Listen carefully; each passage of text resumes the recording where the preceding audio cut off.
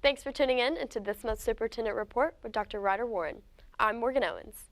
Thank you for being here, Dr. Warren. Morgan, how are you? I'm good. How are you? How was Christmas? It was good. Good. How was yours? It was good. Good family time. So why are you here this morning? And what do you want to tell us about this month? Oh, I think the last time that you and I talked before Christmas, we're getting ready for the Texas legislative session. Do you remember that conversation? Yes, sir. Okay. It's going to be an interesting spring semester. We have the legislative session. We're already starting to talk to our local policymakers, our local legislators about what's important to us. One of the big things that's happening right now, in fact, I sent a letter last night. I sent a letter to all parents and caregivers of NISD about the new A through F accountability system. Have you heard about that? No, I haven't. The new accountability system gives a letter grade, A, B, C, D, or F. Does that sound familiar? Yes, like a test grade. Yeah. Like a test grade from your classes. But on a state level, the new system assigns a letter grade, A, B, C, D, or F, to all schools and all school districts. So, Morgan, there's probably about 1,200 school districts in the state of Texas. There are probably over 8,000 different schools in the state of Texas. So and this is going to be done in 4 categories. And the problem that we have with this system, Morgan, is it's all based on that one test. What test do you take at the end of every year? The STAR test. The STAR test. Okay. We've got 5 million students in the state of Texas. We have 22,000 students in Northwest ISD. The problem we have with this system is that every student is assumed by the state to be able to take this one test to show mastery of what you've learned. And the problem that we have with this, and especially that I have with this, is none of your teachers would give you a grade based on just one assessment every time you needed to be assessed. Yes, okay? sir. Think about your classes.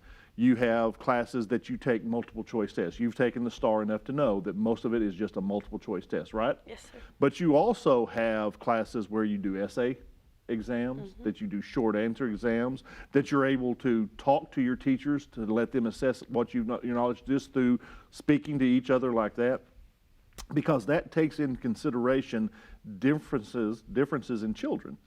And all students learn differently. We know that. And all students are assessed differently to really understand what they have learned and what they have not learned.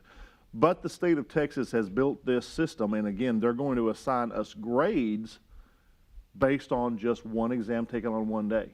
And you are a very intelligent young lady, but you may have a bad day one morning. You know, you may just get up and say, I'm not really into this, and you may not test well that day just because of things that are happening.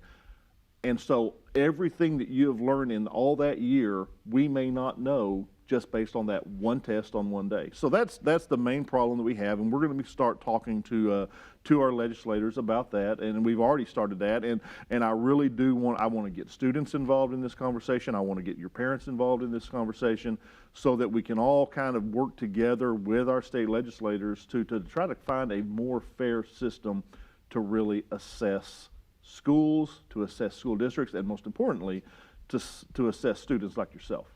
So what is the school's current grade, or the schools throughout Northwest? Well, again, okay, there's 4 categories. We call them domains. Okay. Okay, so domain 1 is, do students pass the test, just pass or fail, pass the test in the school district.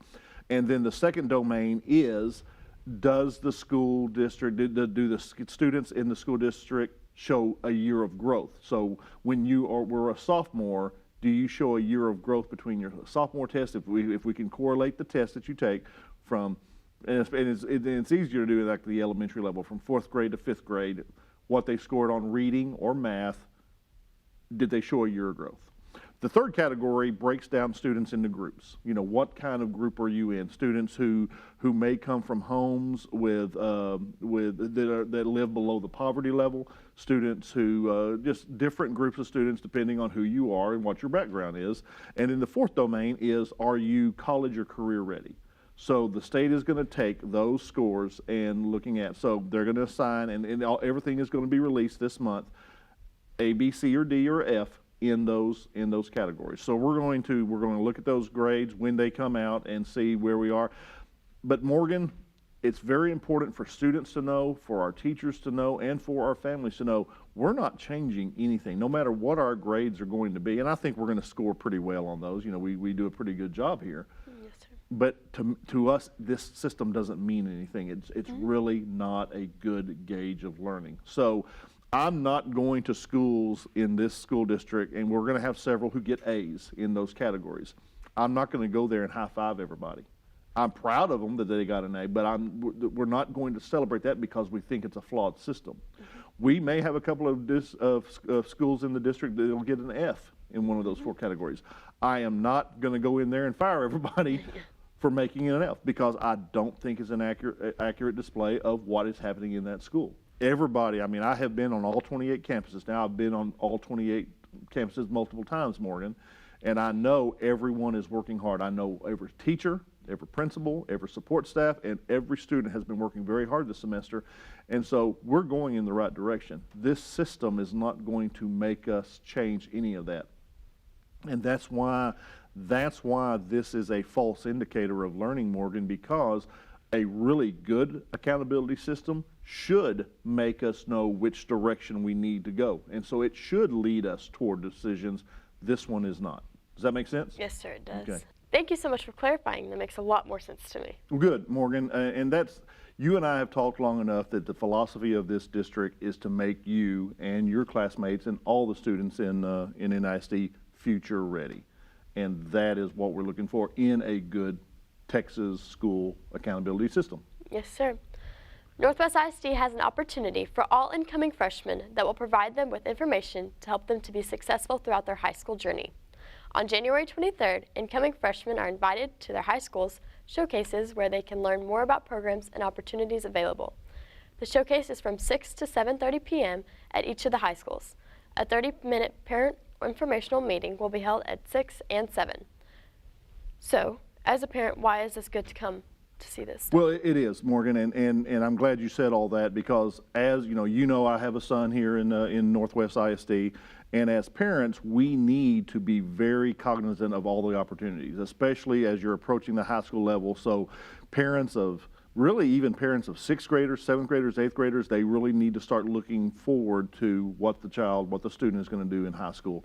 The Board of Trustees have just approved our new course guide that we're going to be offering all the courses in there.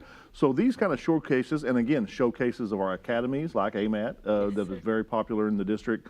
So parents absolutely, students absolutely need to know what's going on and what their opportunities are, again, based on their own needs, their own visions, their own dreams, and their own talents. So I hope everybody listened to you on that one because they definitely need to take advantage of that. Yes, sir. Thank you so much for coming in. You're welcome. It's good to see you again, Morgan. Good to see you.